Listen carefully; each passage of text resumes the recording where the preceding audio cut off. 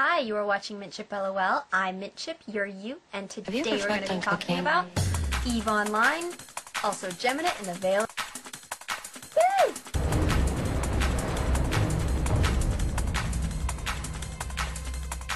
Woo! Last week, TVN, the capital system of the Majestic Empire, fell to the Russians, which marked the end of the first phase of the war. Following the capture of TVN, the Russians went on a victory parade, dropping SPUs on 4 tribute systems. HTAC-W is the NC capital, which is where they'll all fall back if things start to get kind of bad and they'll catch lava there. So, Techno Federation, which is like Boom Swarm Federation and their friends, have standings with the NC and is considered by some part of the NC. Well, DC had previously stated that they're going to stay out of the war unless tribute gets hit, choosing instead to roam to Cobalt Edge to fight Russian pets there. Now that tribute has been hit, the attack on Cobalt Edge has been cancelled and they are all moving to HTAC-W. The Russians are batshit crazy. Russians want big fights. They are trying to provoke the NC into fighting. If HTAC-W falls, that will be the end of the Western NC.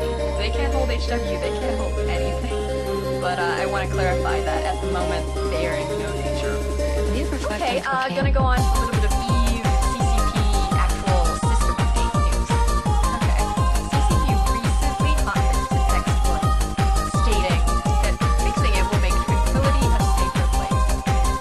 CCP did not tell us what the exploit was, but my research has found that the exploit was something along the lines where a person could fit something to their ship over and over, and they would still get the bonus of fit and stop after they removed it. So let's say you fitted an expanded cargo hole, you get 20% extra cargo from each one that you fit, then you can unfit the modules and still get the bonus. Eventually they can get the bonus of 20 expanders. And you can fit any module on any ship. It's possible to fit a covert ops cloak on a battleship, so it could basically warp around indefinitely and be cloaked all the time. Now I'm not sure if you could fit an infinite amount of active modules, but you could definitely fit an infinite amount of damage modules.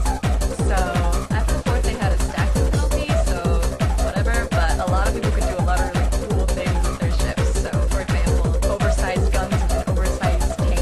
Here's an example of a Punisher with oversized guns. Hilarious. Hilarious.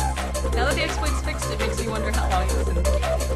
And there have been a few people talking about some of the exploits and setups that they've been able to get with this exploit. So I'm going to go ahead and post those, a couple links down there, so if you want some extra reading, you can go and look at what they were able to do with the exploit that is no longer available. Going into effect on May 17th.